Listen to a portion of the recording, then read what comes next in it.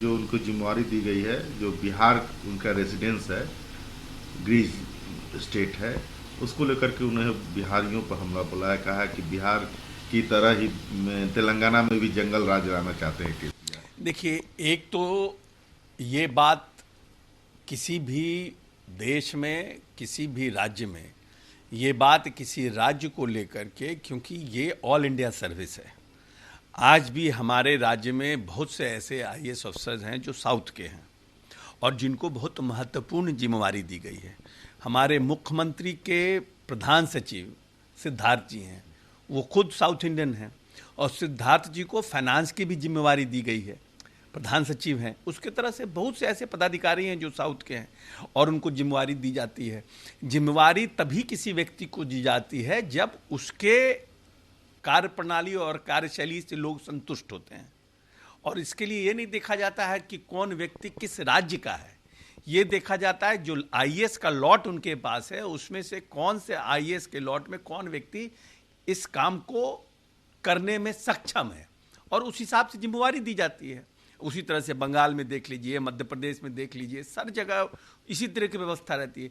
लेकिन सबसे आपत्तिजनक बात उस वीडियो में यह है कि वो एमएलए कह रहे हैं कि 4 बिहारी को 4 इंपॉर्टेंट जगह दिए गए। वहां तक तो क्षम है कि भाई वो अपना तेलंगाना की रीजनल पॉलिटिक्स कर रहे हैं, वहां तो ठीक है। लेकिन ये भाजपा के एमएलए ने कहा कि बिहारियों को जिम्मेवारी देके बिहार जैसा गुंडा राज बनाना चाहते हैं। इस पर तो भारतीय जनता पार्टी के राज्य के नेता हैं, उनको बयान देना चाहिए, उनको इसको कंडेम करना चाहिए कि ऐसा नहीं है कि जो हमारे बिहार के होनहार पदाधिकारी हैं, जो अगर कहीं पोस्टेड हैं, कहीं रहते हैं और उनको अगर कोई जिम्मेवारी का पद दिया था तो वो गुंडा राज वहां नहीं बना रहे हैं। ये तो भारतीय जनता पार्टी के लोगों को के ऊपर तमाचा है जो बिहार की राजनीति करते हैं। बिहार की जो यहाँ की जो कार्य प्रणाली है, कार्य संस्कृति है, जो हमारी विरासत है, उसको जो हैंडल करती है बिहार के लोग, उनको समझने की जरूरत है ना कि किस तरह से भारतीय जनता पार्टी के लोग रीजनलिज्म को प्रमोट कर रहे हैं अपने अपने राज्यों में। कुछ लोगों को सरकार की योजनाओं के नाम और नामों में संस्कृत शब्दों से समस्या थी। मैंने रिपोर्ट में पढ़ा कि 600 सरकारी योजनाएं गांधी नेहरू परिवार के नाम पर थी। मुझे समझ नहीं आता कि उनकी पीढ़ी के लोग नेहरू को अपना उपनाम क्यों नहीं रखते हैं। डर और शर्म की क्या बात है? प्रधानमंत्री ने राज्यसभा में देखिए, ये तो बड़ा व्यक्तिगत है ना, कोई व्यक्ति कौन सा टाइटल रखना चाहता है। अब जवाहरलाल नेहरू जी ने इंदिरा जी को महात्मा गांधी के नाम पे गांधी दे दिया, तो लोगों ने गांधी टाइटल को फॉलो किया, क्योंकि जवाहरलाल नेहरू और गांधी जी में बहुत आज़ादी की लड़ाई में एक आपसी समन्वय था, एक आपसी तालमेल था, एक आपसी अंडरस्टैंडिंग था। तो लोगों ने उस समय जवाहरलाल नेहरू ने अपनी बेटी का टाइटल गांधी जी दे दिया, गांधी के नाम पे दिया। उसके बाद इंदिरा जी के टाइटल को लोगों ने फॉलो किया, इंदिरा गांधी के टाइटल को। इसमें कौन सी बड़ी बात है? और इन लोगों की भूमिका रही है ना, नेहरू जी और गांधी जी के आज़ादी की लड़ाई में भूमिका रही है। मोदी जी के भारतीय जनता पार्टी आरएसएस का आज़ादी की लड़ाई में कोई भूमिका ही नहीं रही है, तो उनके नाम से योजना कैसे होगा? लंबे समय से आज़ादी के पहले भारतीय राष्ट्रीय कांग्रेस ने इस आज़ादी की लड़ाई को लड़ी और लड़ने के बाद भारतीय राष्ट्रीय कांग्रेस का शासन आया। तो भारतीय राष्ट्रीय कांग्रेस ने जो आज़ादी की लड़ाई में लोगों की भूमिका रही, उनके नाम पर योजना रखने का काम किया।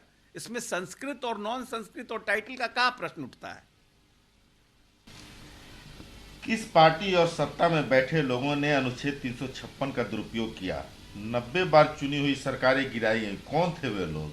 एक प्रधानमंत्री ने अनुच्छेद 356 को 50 बार उपयोग करते हुए 50 सरकारों को, जिसमें केरल के कम्युनिस्ट पार्टी की सरकार, चुनी हुई सरकार को पदस्थापित किया, जिसे पंडित नेहरू ने पसंद नहीं किया और उसे गिरा भी दिया गया। इंदिरा गांधी और पंडित नेहरू। नहीं, अभी इंदिरा गांधी और उस समय की क्या परिस्थितियां रही होगी, किन परिस्थितियों में इसका उपयोग किया गया धारा 356 का, ये तो हम लोगों की जानकारी में नहीं है। अब तो प्रधानमंत्री जी कह रहे हैं, हो सकता है किया गया हो, लेकिन परिस्थितियां क्या रही, किन परिस्थितियों में किया गया, ये तो उस समय की परिस्थितियों को आप आकलन करिएगा तब ना। धीरे धीरे डेमोक्रेसी और मजबूत हुआ है, बहुत से अमेंडमेंट सुप्रीम कोर्ट के आए हैं, उसके बाद से इसका उपयोग कम हुआ है। पहले नेचुरली कहीं ना कहीं दुरुपयोग हुआ होगा, कुछ हुआ होगा, परिस्थिति के अनुसार से उपयोग दुरुपयोग किया गया। लेकिन इसका यह मतलब थोड़ी है कि इंदिरा जी के कार्य प्रणाली को आप नज़रअंदाज कर सकते हैं। जिस तरह से इंदिरा जी ने उस विषम परिस्थिति में देश का संचालन किया, उसको आप नज़रअंदाज कर सकती हैं। जिस तरह से बांग्लादेश का निर्माण कराया गया, ये सब, जिस तरह से बैंकों का नेशनलाइजेशन किया गया, जिस तरह से जमींदारी प्रथा को ख़त्म कर गया। आज़ादी के बाद जवाहरलाल नेहरू को जो हिंदुस्तान मिला था, वो इनका क्या नाम है, हमारे प्रधानमंत्री जी को जो हिंदुस्तान मिला, उससे अलग हिंदुस्तान था ना। वो आज़ादी के तुरंत बाद का हिंदुस्तान था। ना हमारे पास फाइनेंशियल पोजीशन था, ना हमारे पास आर्थिक स्थिति उस तरह से मजबूत थी। हमारे यहाँ धार्मिक उन्माद अपने चरम पर था, हमारे यहाँ गरीबी अपने चरम पर था, हमारे यहाँ जो अनाज की परिस्थिति थी वो विषम परिस्थिति में था। वैसे से जवाहरलाल नेहरू ने हिंदुस्तान को बनाने का काम किया। आज़ादी के बाद पाकिस्तान का बंटवारा हुआ, पाकिस्तान को पैसा दिया गया, तो हमारी माली हालात बहुत ख़राब थी, जमींदार सब बटे हुए थे। ये तो जो टीम थी, जवाहरलाल नेहरू जी की टीम जो थी, जो हमारे गृह मंत्री थे पटेल साहब, सब ने मिलकर के इस हिंदुस्तान को बनाने का काम किया। और उसके बाद इंदिरा जी ने उसको फर्दर फॉरवर्ड लिया, जो परेशानियां थी, इंटरनेशनल इश्यूज थे, उसको हैंडल करने का काम किया। अब परिस्थितियां डिफरेंट है, उस समय पॉपुलेशन अलग था, अब यू कैन नॉट कंपेयर।